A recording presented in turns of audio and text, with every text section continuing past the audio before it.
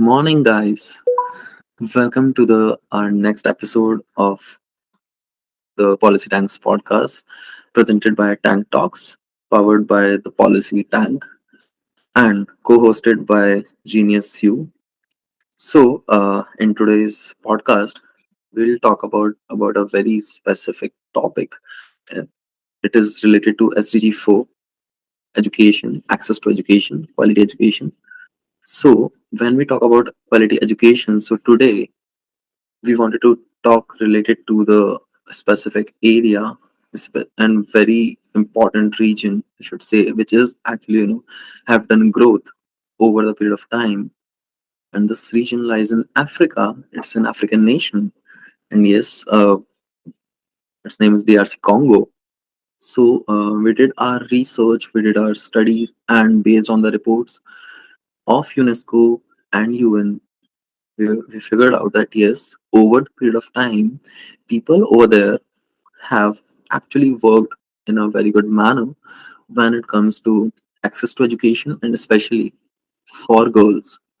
For today's podcast, we have invited our special guest, Elvis.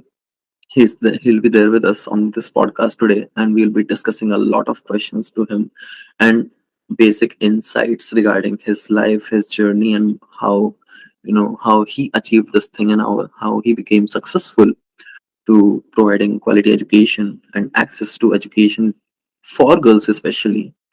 So here I present the podcast along with my co-host Ryan from Genius U. So welcome Ryan on the podcast today again with me.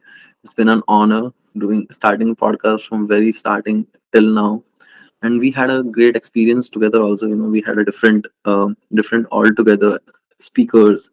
But yeah, what do you say? How is this podcast special? How this topic becomes very special when it comes to quality education? SDG 4. Mm. Yeah, thank you, Pranav, and welcome, Elvis, to today's podcast.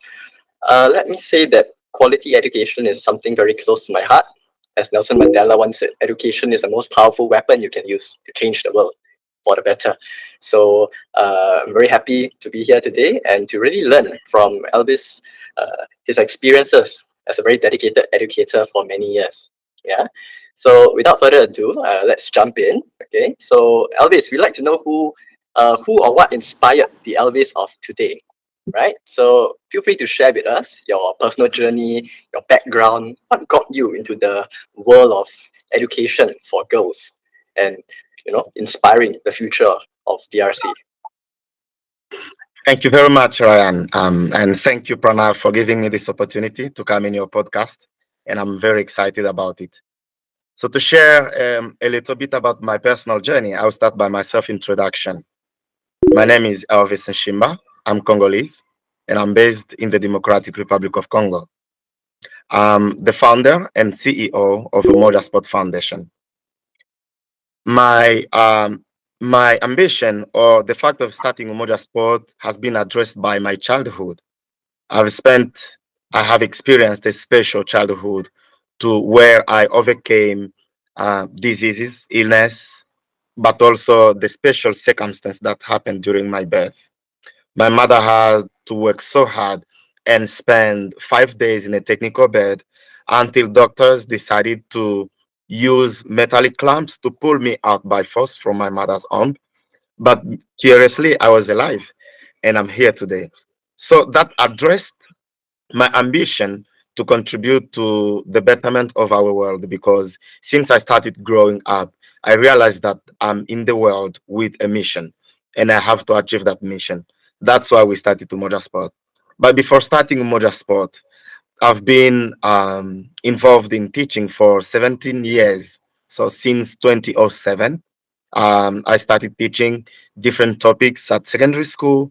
And then after that, I joined primary school, meanwhile, keeping studying and getting different trainings here and there. And all of the things I did, this is education or sport for development. Everything has led me to creating Umoja Sport. Thank you. It is very heartening to hear that. In fact, Elvis, I also kind of have a kind of similar background. Okay, I was very impatient even in the womb. So I came out early. They had to put me in an incubator in the hospital to make sure that I was going to be alive, right? And then later on in my childhood, I suffered from childhood cancer. Okay, 12 years old. So that also kind of shifted my mindset to see life as very precious, right? That we should be, making the best out of our time on this planet to empower others and to develop ourselves. Yeah, so that has also inspired me to go into the world of education, to help other people, to do youth coaching. Yeah, so you share that bond there when it comes to the uh, realizing the fragility of life and how we can really make an impact, be it through sports, be it through any other topics. Yeah, Pranav, what are your thoughts? Yeah, actually, rightly you mentioned about about your journey, that yes, you came early out of the womb, and the same what happened with Elvis also. But the thing is, uh, when we say about especially able kids, or the gifted kids, or the kids who come early to the earth, I guess, or I believe that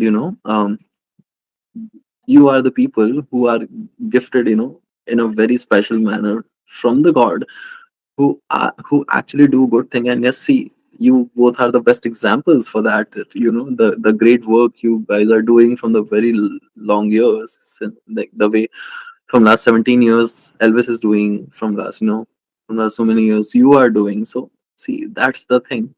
And it also depends on the on providing the exposure, and how we get exposure from our families, from our from our relatives, from our in the society in which we live in. So all these things come together and then make these things easy.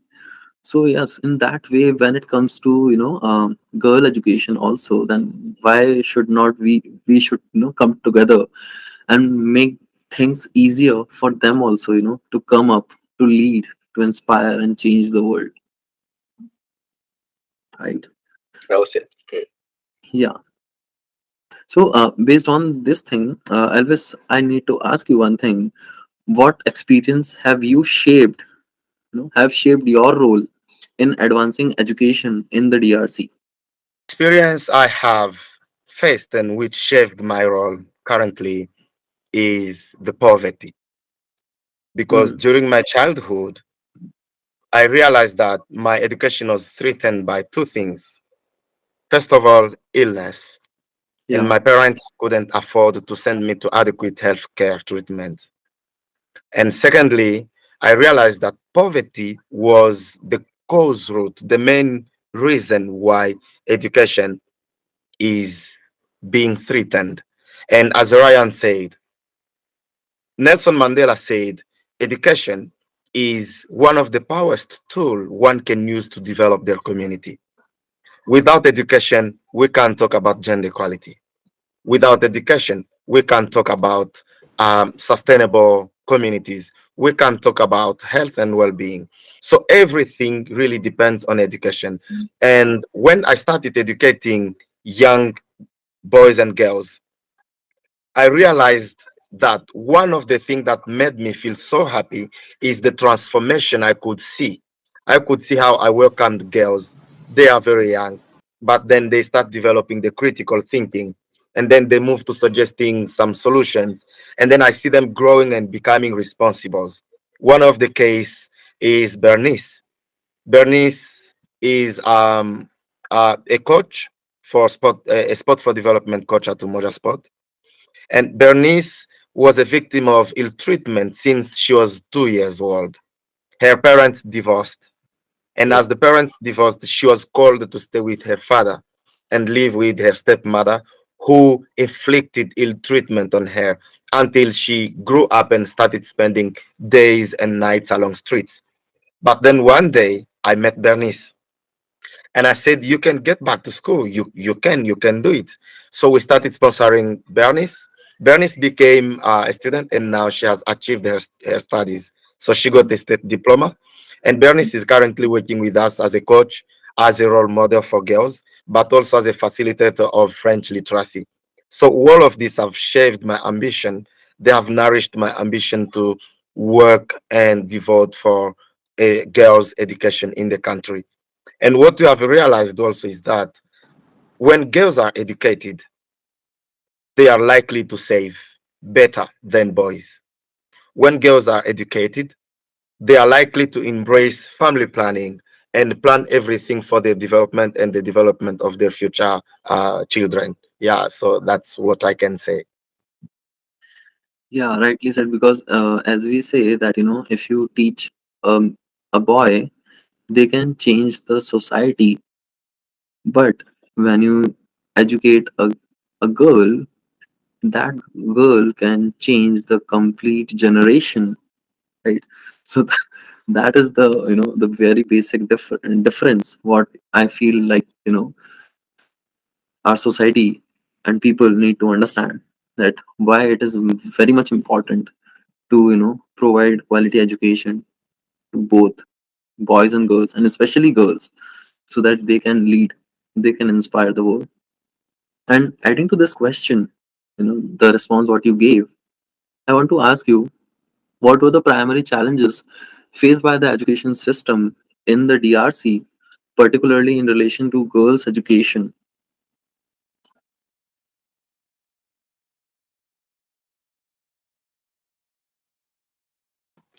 Talking about the primary challenges that education face in the Democratic Republic of Congo, this is a good question. I would suggest to give some answers. First of all, the Democratic Republic of Congo is one of the biggest country in Africa. Mm. It is actually the second biggest country in Africa. And people always call it what you call in French, un scandale géologique.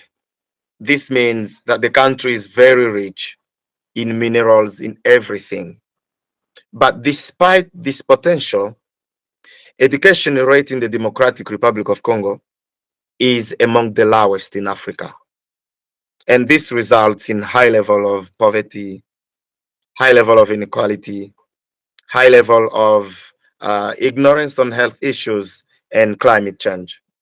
So if I can give you some elements that express the challenges, the primary challenges, the first is limited access and infrastructure.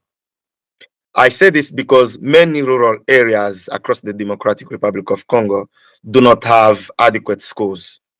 They don't have good roads, or sometimes the long distances to school and adequate transportation options prevent most girls from attending school. I can give one of the example. We operate in the Senkan village. Senkan village is at the border with Zambia, and it is within Kipushi. The whole area has no school. So children have to move from their dwelling places to go and reach schools at kilometers, 5 kilometers, 6 kilometers, and they have to use motorcycles, which are not really safe in terms of safety along the roads. And this prevents some of the students from attending schools. And in these situations, boys are likely privileged to go to school, and girls are encouraged to stay home and help their mothers with household tasks. So that is the first challenge, the limited access and infrastructure. The second is the low enrollment and retention rates. DRC has one of the lowest primary school enrollment rates in the world. And the reason is that there is, in the few years ago, education was not free.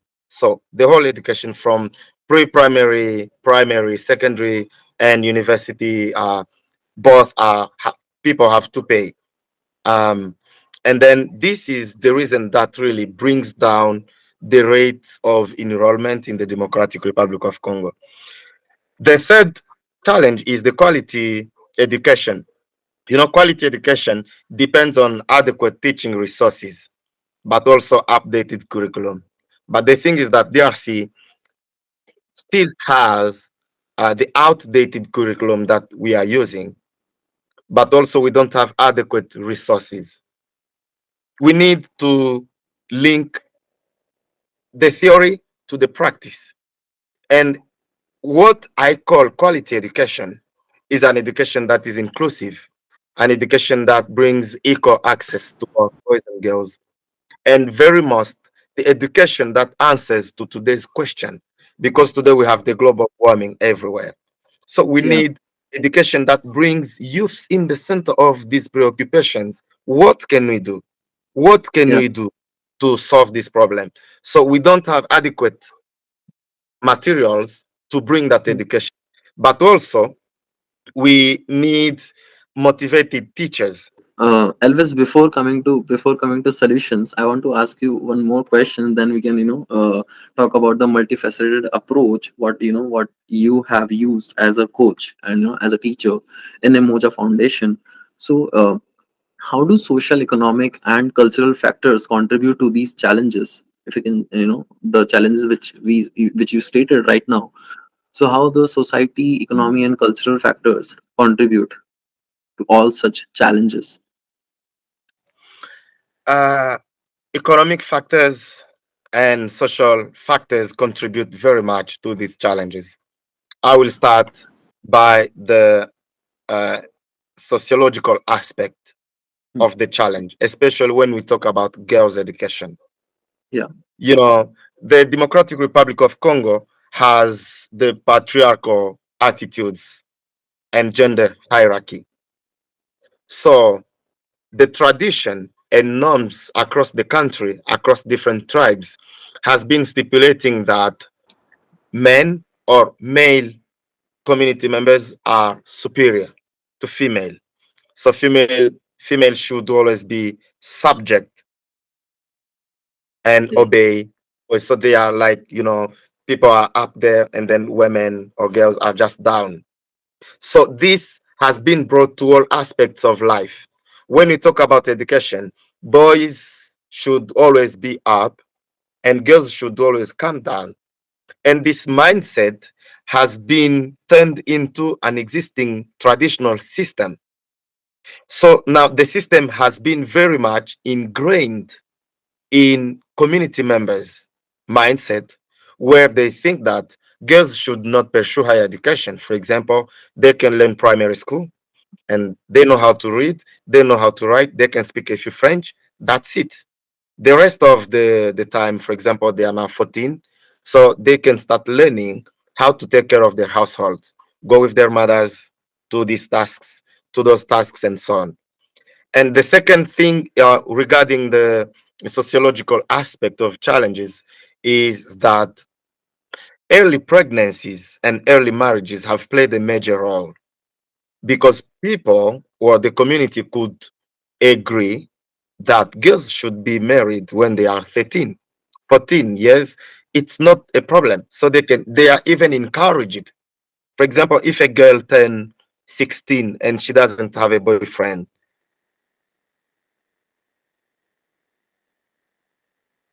they will tell her, no, something is wrong with you. Why are you 16 and you don't have a boyfriend? So all of these have been challenges. That poverty is the root cause of this challenge. Because when a family, for example, in a family, there are 8 children or 7 children. Now you need to pay everything. You need to afford everything, class items, fees, monthly fees, and different contributions. So parents were likely to privilege boys and sacrifice themselves for boys while girls are not counted. They can stop.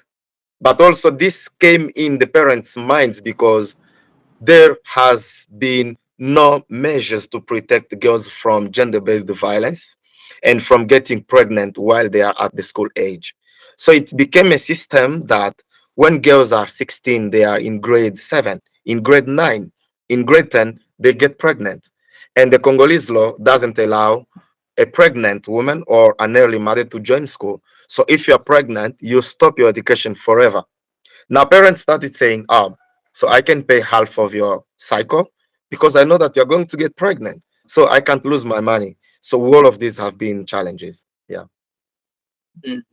Yeah, thanks for sharing, Elvis. I can only imagine the frustration and the pressure that the women will have, especially if they are wanting to, break out of this cycle. And clearly, it shows that this requires a generational shift and a policy shift as well in order to change the dynamics of the situation. Yeah. So with that, Elvis, we'd like to move on to the multifaceted approaches to education. And definitely, I'm sure you have a lot to share based on your years, decades of experience. Okay.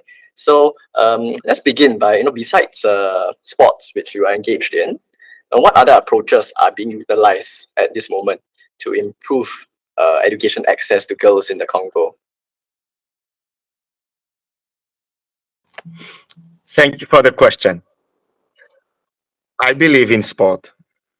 Maybe if you can allow me, I can say something about Umoja Sport, Sure, no and then problem. I can go to the question. Umoja Sport, Umoja is a Swahili name because the name of our organization has a meaning behind. Umoja is a Swahili name and it means unity or together. And sport is one of the powerful tools we can use to bring the community members together. So once they come, they say, we are going to watch some sports events, we are going to do some training because we love physical activity, we love this and that. But once they join us in the pitch, we play a game, we stop the game, and we start talking about education. How can we promote education as a community? What are the benefits of being educated? Benefits of girls' education, benefits of boys' education. And this is where we learned, for example, that through sport, we learned that a community that uses both male and female resources is likely to develop quickly than a community that uses only one resource and discriminates against another. So we have developed uh, special games and we work in partnership with coaches across continents to develop more games that promote education. And from the movement, we teach our participants why we should all pursue education and achieve it and what are the benefits. So sports plays a major role first in bringing awareness on the importance of education in the Democratic Republic of Congo. But also we talk about challenges and how we can overcome those challenges as parents while funding education for our students, for our children, because education sector in DRC is not very funded. It is relying on external donors. And if external donors stop their donation, then education rate and access to education decreases and the quality also decreases. So this implies that parents must contribute somehow to contributing to their children's education.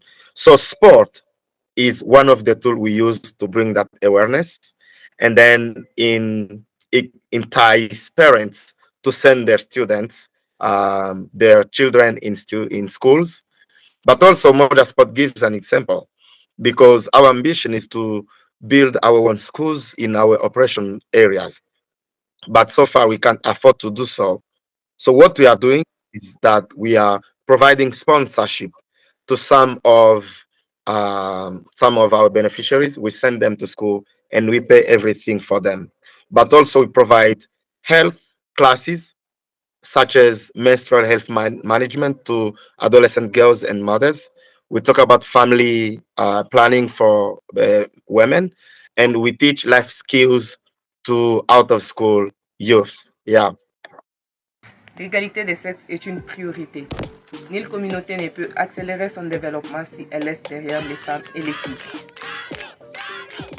À Umoja Sport, nous apprenons à inclure l'égalité des sexes à tous les trois niveaux de l'organisation, à savoir sur les terrains, en inscrivant plus de filles dans nos programmes sportifs, en marge du terrain, en entraînant plus de coachs filles, et au niveau de l'organisation, en maintenant l'équilibre entre les sexes dans le recrutement.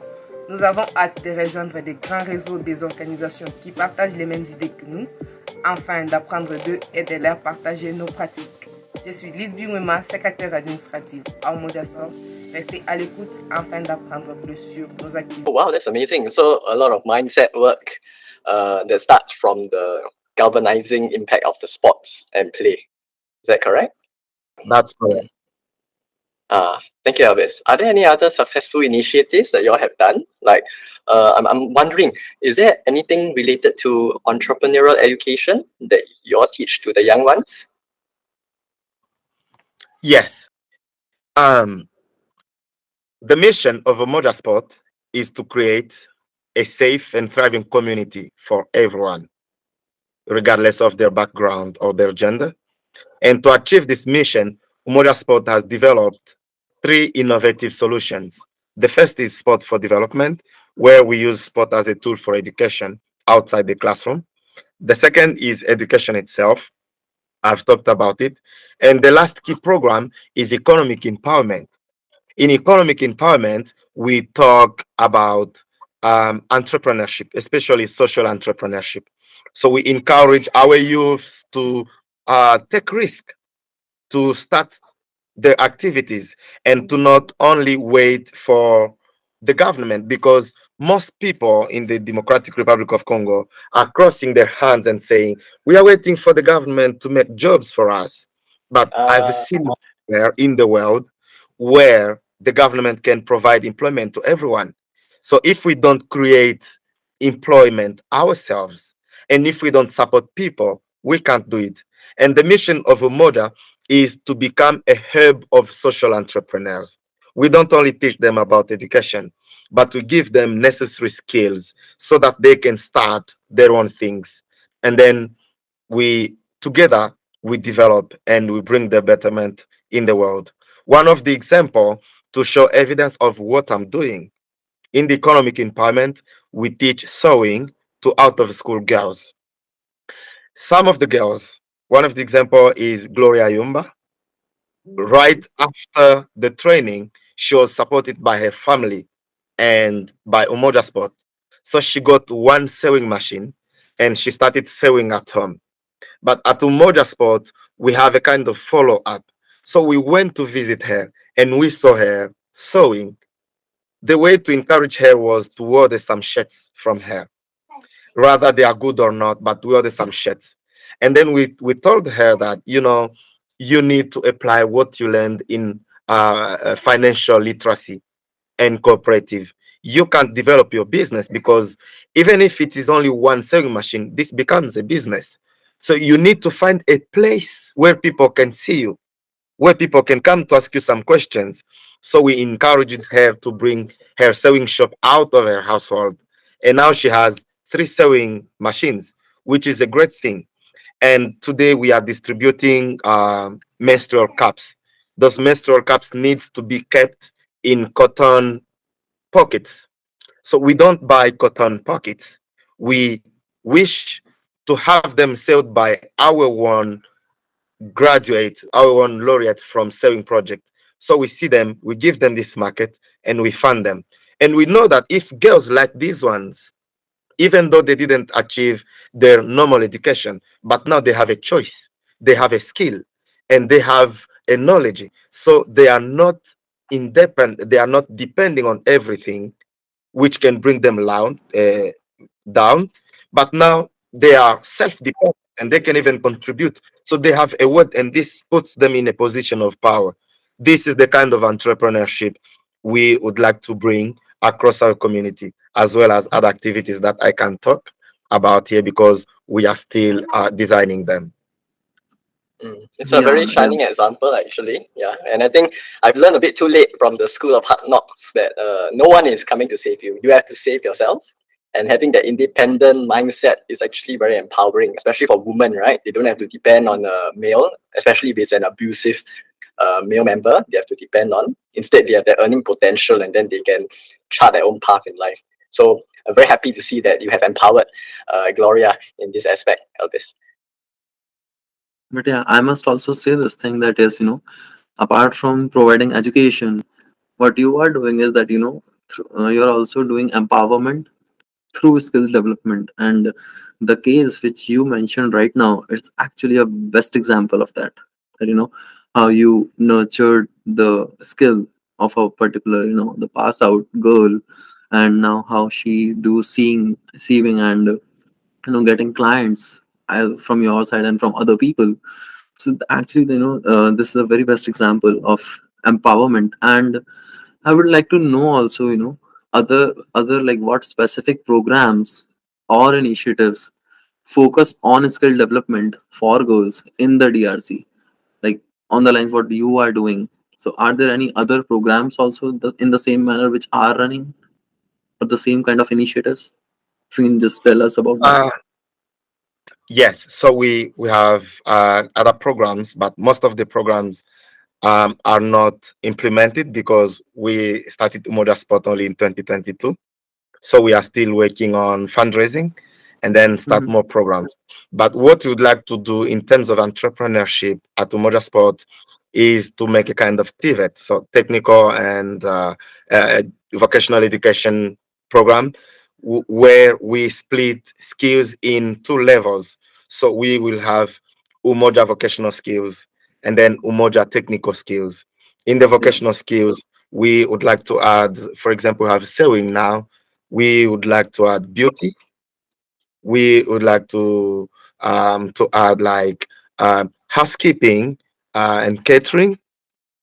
This way, all of the women who go through these programs are being followed up, and they can start their own restaurants, they can start their own beauty shops, they can start their own Wow. sewing shops, and so on. And then in the technical program, we would like to have electronic, because most of devices we use locally are imported either from China, from India, or from any other countries from Japan. We have phones, we have refrigerators, we Yeah. we have televisions. All of these need electronical skills. So we would like to have electronic for young boys and girls, and then Yeah. we can have electrical. And in electrical, we would like to focus on renewable electrical, green light. Yeah. For example, how we can encourage community members to use solar power, and how we can install circuits, electrical circuits with solar power in their households. But also, we would like to add things like mechanical or driving skills, driving school.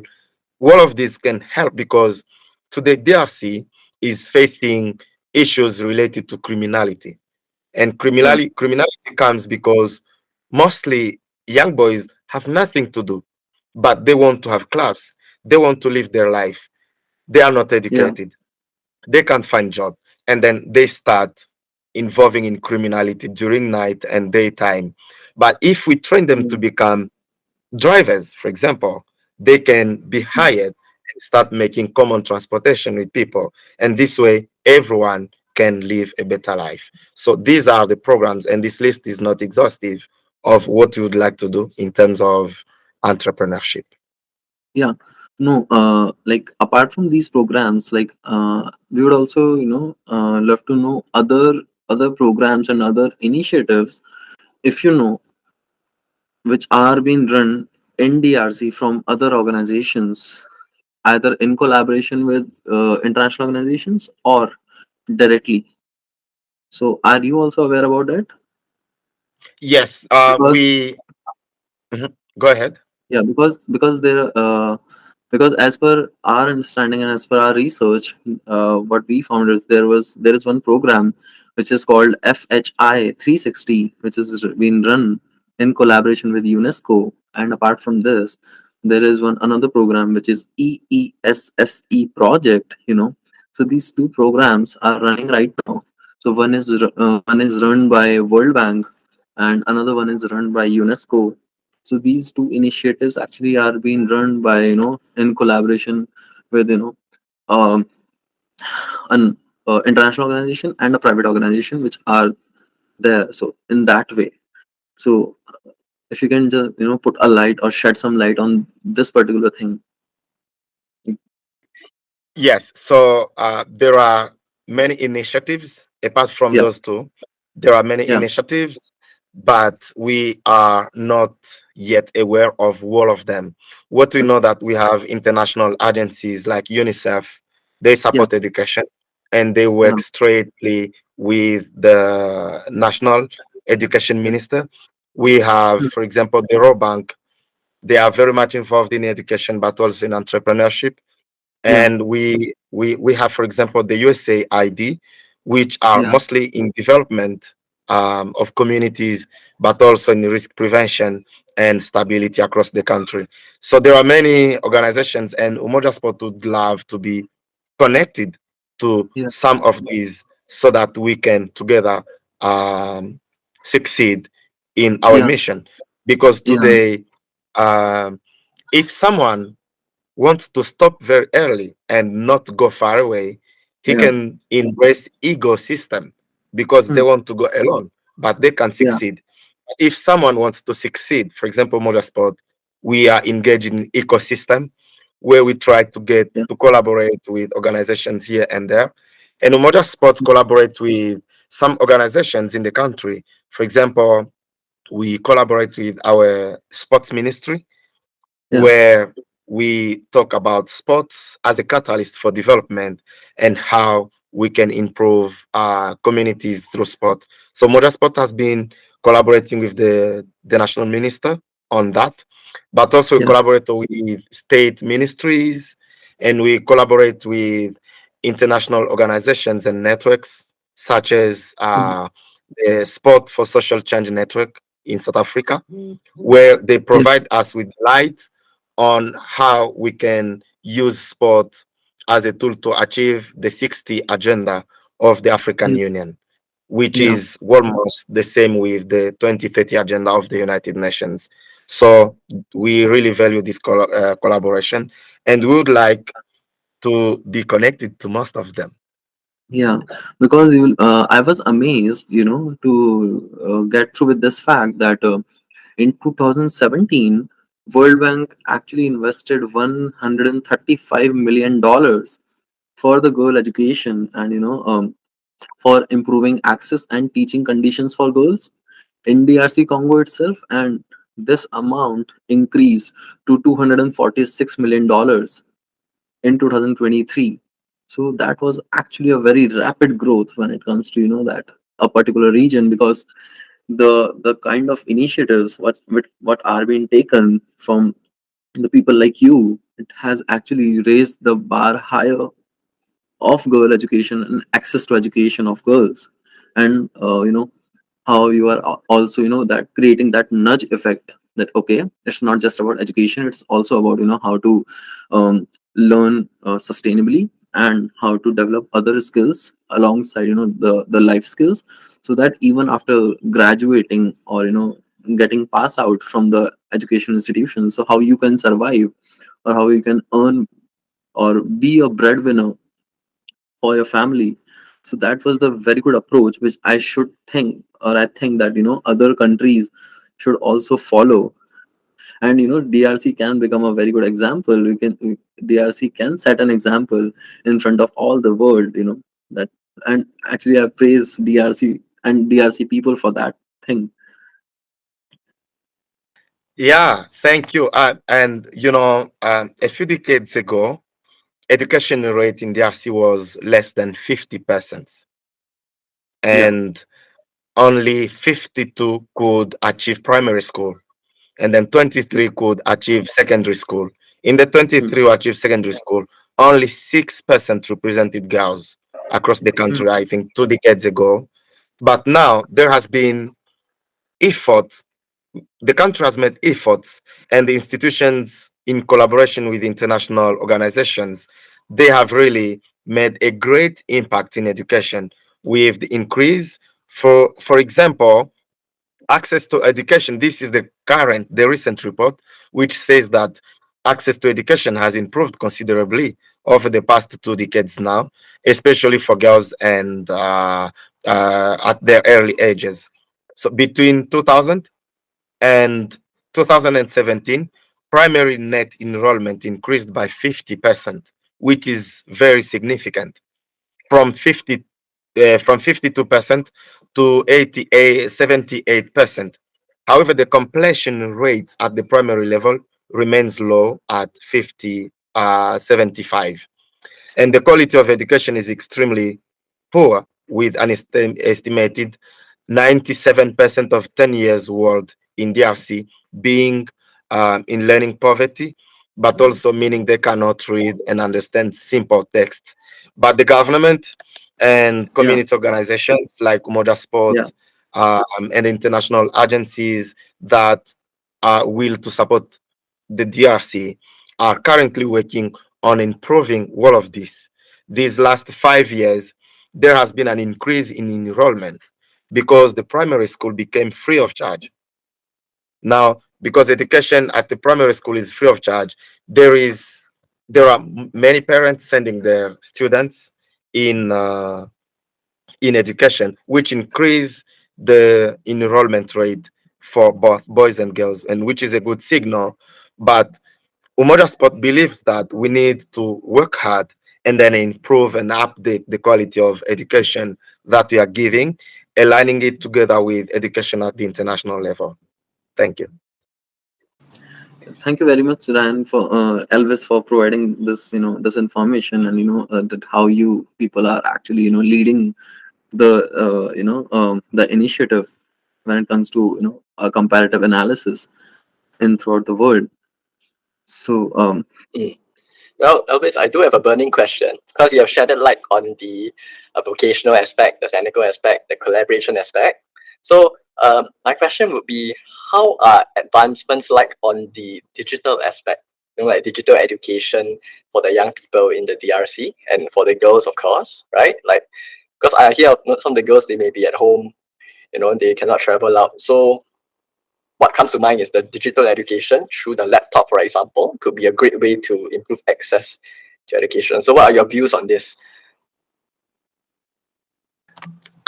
Digital education is very important. Digital education can solve most of the problems, most of the issues, and it's one of the quality education needed. But however, the country is still poor. It is very difficult. For example, you are in a rural area, you can go through 10 households.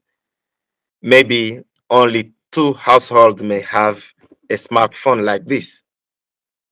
Others have just small phones. So if they go to school and they learn about computer science, for example, without a computer, everything they are learning is theory. They can't link it to life. They can't link it with practice. So it is very important to include digital aspects in education, and we are working hard to solve some of these problems. For example, at Umoja Sport, we teach basic computer science, basic information technology, where we teach children about laptops and the work we do on laptops, and we give them some few time to manipulate laptops where they can. And currently, one of our network has launched a training in artificial intelligence, how one can use artificial intelligence in sport, especially in women's sport, but also to bring awareness on the danger that artificial intelligence brings in the world. So all of these are updated questions in the world, but if a part of the community is not aware of this, they can have stereotypes, they can have myths around it. So it is very important that we include digital aspect in education. We really love that and we would embrace it. The thing is that we need to import everything. Mm, I see. But also in Yeah. the national curriculum, for example, um, 7 years ago, they included technology as one of the subjects, which is a good sign. Now, talking about computers at the primary school, even though most of schools cannot afford to have computers, but now they can start talking about them, and children are curious to go and visit some cafe nets and see some computers, pay a little money just to manipulate or to open a social media. I think that is a good point where we've started, and we dream to grow bigger and bigger. Mm. It's good that you mentioned social media because that is a very natural and even, dare I say, addictive way to get people onto the online space, right? But Elvis, as an educator, I'm just concerned. How has what is your view on social media affecting the societal perceptions of women in education? And yeah, the whole mix of it, social media. Can you repeat the question? Sorry. Yeah, because there is a concern, right? Social media is great for learning and sharing, but there are also dangers to it. It can affect societal perceptions of Mm, how women are viewed as mm. well, right? So, what's your thoughts on this? Okay, so this is a complex question, but I will answer it in two different ways. Mm, Social media are important. They are very important because they keep you close to your friends.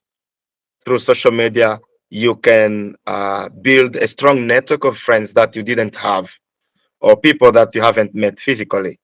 For example, today I and Pranav are now working together in the podcast. We are now having a podcast and maybe we will have some collaboration, but we never met physically. I think that we've met through social media.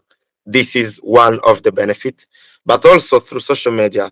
Today, there are many international opportunities, and it is needed for, yeah, youths, boys and girls to join social media and then be updated on all of those opportunities. There are fellowships, there are particular trainings, there are job opportunities.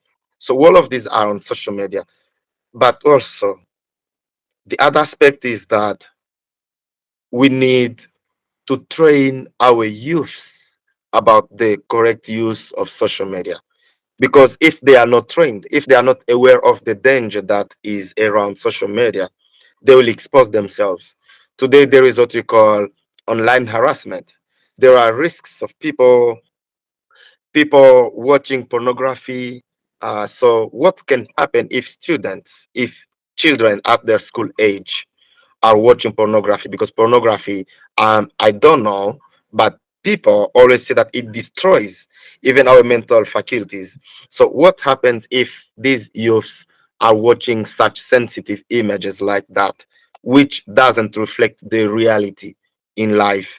But also, uh, people can even be killed from being online. They can be killed. It is very easy to rape people or kill them through social media because there are different dangers, and people can be victim of hackers different ways. People can lose their money, people can lose uh, their image, they can deteriorate their image through social media. So this has become a challenge, a concern for parents. Parents have a smartphone, but they are not encouraged to buy smartphones for their children because at one point they say if we buy them smartphones, these smartphones will help them do research on their homeworks, on their research. But in the meantime, children who are supposed to spend 7 hours sleeping, they will spend only 3 hours because all of the night they are on their phone chatting with friends, sending uh, some crazy messages, and this becomes a concern. But what I think, as a personal point of view, is that we should provide a guideline for our youths and then give them access to smartphones, to internet in a good purpose while taking care of them, because education is possible at every level. I think that it depends on the way we educate our children from their early age. If we train them, we educate them better, they will be good people online. If we don't care about their education earlier, then we want to do it while they are 17. We can't. That will be very late. mm. Yeah. All right. Yeah, and thank you, Elvis, for also raising the important point about pornography, because especially for young people at that age, it can really get very addictive, and it can also alter their perception of how they view the other gender, right? Which can even worsen gender inequality. Let's say the woman becomes objectified, or they think that by exposing themselves online it is normal, you know, then it can lead to a lot of social problems down the road. Yeah. So thank you for addressing that. Yeah. Thank you And too. yeah, and Elvis, coming on to the economic empowerment and education, I would like to know that what is the relationship between economic empowerment and girls' access to education in DRC? If you can, could you please discuss some initiatives aimed at programming economic opportunities for girls and their families in DRC? I can say that economic empowerment and girls' education, both concepts are interdependent. This is what I can say because there is no economic empowerment without education, and education has no value if there is no economic empowerment. I think both of them uh, contribute to the betterment of the life. If girls are educated, if they are educated, what is the outcome? What is expected from their education? The first thing that we expect from those girls is that they are economically empowered. They have a salary. So the relationship between economic empowerment and girls' access to education in DRC, so because I'm talking about DRC, is multifaceted and interdependent. Economic factors play a significant role in determining girls' education opportunities and outcomes. One is household poverty and educational costs. High level of poverty and economic insecurity in DRC mean that many families struggle to afford the direct and the indirect costs of education, such as school fees, uniforms, and supplies. And in this context, parents often prioritize investing in the education of boys over girls, as boys are perceived as the primary breadwinners and take carers of families. The second is the opportunity costs of girls' education. In resource constrained households, girls are often expected to contribute to household chores, caregiving responsibilities, income generating activities like going to sell fresh water along the streets. This is what happens here, which can limit their ability to attend school regularly and perform well academically. So, these opportunity costs associated with girls' education can deter families from investing in their schools. The last thing is the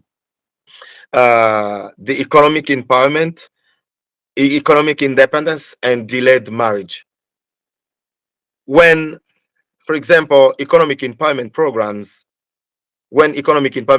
enable girls to generate their own income and become financially independent, the letters can delay their age of marriage and pregnancy because they are in schools, allowing them to stay in school longer and complete their education.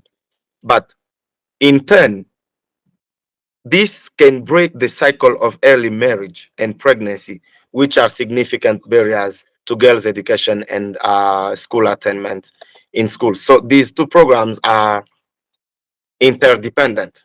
Where there is economic empowerment, girls are likely to have access to education. Where there is no economic empowerment, education for girls is very tough. Yeah.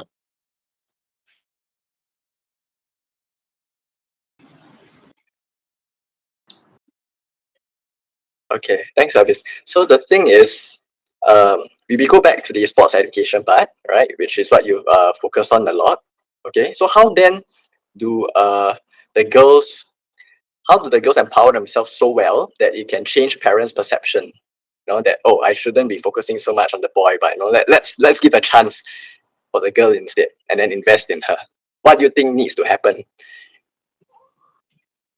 I can rather say what we do to convince parents to send children to school and what we do so that children, girls themselves, go to claim their education towards their parents. We have games. In these games, let me give an example of one of the game that we play. We want to talk about uh, opportunities that come through education. Then we have a traditional football game where team A plays versus team B, they play to goal. But then coaches says that the pitch should be split in three areas where we have the defenders, then we have the midfielders, and we have the strikers. Strikers can play only in their area. they can't go back. Even if they are going to score in their goalpost, they cannot go to support their teammates. Defenders can play only in their area. They cannot go to score. So we split the pitch in those three areas and we keep all of them each on his area. So when they play, they are limited. They cannot cross the line because if they cross the line, they lose 1 point. So they can't cross the line. And at the point we stop the game and we say, what happens? How's the game? Most of them will be complaining. I was providing my teammates with balls,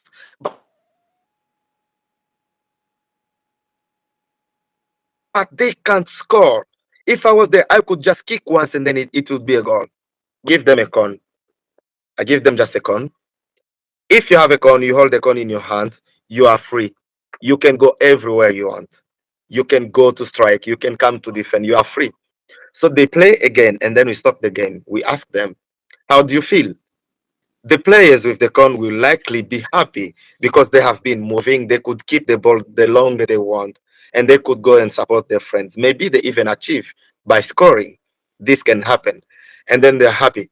So this is a game where we teach them that if you are not educated, you still have a value in the community because you have an innate talent in you. For example, you are making this or that, but you don't have many choices. But if you are educated, you can have different options. You can do this and you can try that new thing. You can try this and that. This is one of the example of the game that we play. And then we teach them to use their voice because they are human being and they can claim for it, their education. They can challenge their parents by asking them why their brothers are in schools but they are not in schools. So we build their confidence through sport, and then they go to work with parents. But in the meanwhile, on special opportunities, we play the same games with parents, and then we tell them that if you don't send your children in education, this is how you stop their life. This is how you make it tough for them. And some of the parents really change their point of view and they send their students back to school. Thank you. Wow, a very powerful and visual way to illustrate to the students that this magical one of education can really change the outlook and influence their impact on others. Yeah. So good point, Elvis. The thing is, okay, you mentioned the students, the parents, the educators, and also the policymakers. Are there any other stakeholders who also need to be invested in this vision so that they can create the change that you have talked about? Yeah, so I think that you've enumerated all of the stakeholders that we needed, but because at Umoja, when we talk about stakeholders, first we have the participants themselves. They come from the larger community. They need to believe in themselves, especially girls, because the existing system, which doesn't encourage equality, is ingrained in their mindset. So they need to commit to gender equality and access to education themselves. Then, secondly, we have the larger community, the wider community, where we can find their uncles, their parents, their brothers and sisters. All of these need to be involved in. And then the other stakeholders are um, the government. The government, when we make policies, these policies can have effects only if there are similar policies from the government. For example, if the government doesn't support gender equality, it would be difficult for private organizations like Umoja Sport to achieve successfully the mission of bringing gender equality, because the policy needs to be reinforced by a law, and the law is being voted and elaborated by the government. So government are significant stakeholders. And then after that, we have partners from around the world. For example, we work with coaches across continents to have all of these sports materials with us and updated, but also we contribute to some of the materials together, which is very important to collaborate and learn new things, to collaborate and learn best practices from other communities. For example, we are in DRC, but we can learn what are the success from Nigeria. How has Mm. Nigeria community improved. This needs to come through collaboration, through a given network. What has happened in Zimbabwe? What is happening in Japan? What is happening in India? So we need those kinds of network to collaborate and be updated on the work we are achieving. Thank you. Yeah, such a such important things what we discussed actually today. What we were thinking upon and what we were reflected today was really truly amazing. And I must say that that DRC has really have done a commendable job in respect to access to girl education. And I'm personally actually very much impressed by this approach of DRC. And let's continue this thing and our work in the space of empowering girls and providing them the access to education, the quality education through our efforts. So thank you, Elvis. Thank you so much for coming over here today in our podcast and being here and sharing such and providing such insightful things related to education, related to empowering them, and how we can then turn them and make them earn and be a breadwinner. So thank you so much for that, and thank you, Ryan, for again hosting this episode with me. So we'll catch you guys in the next episode with the Policy Tank and Tank Talks. Stay tuned with us, and yes, do follow our initiative, do follow our things, and help us together in any way, in whatever way you can, to empower girls, support them, provide them, and help them in getting education, quality education. Thanks a lot, guys. Thank you so much. Thank you. Thank you, Pranav. Thank you, Ryan, for the podcast.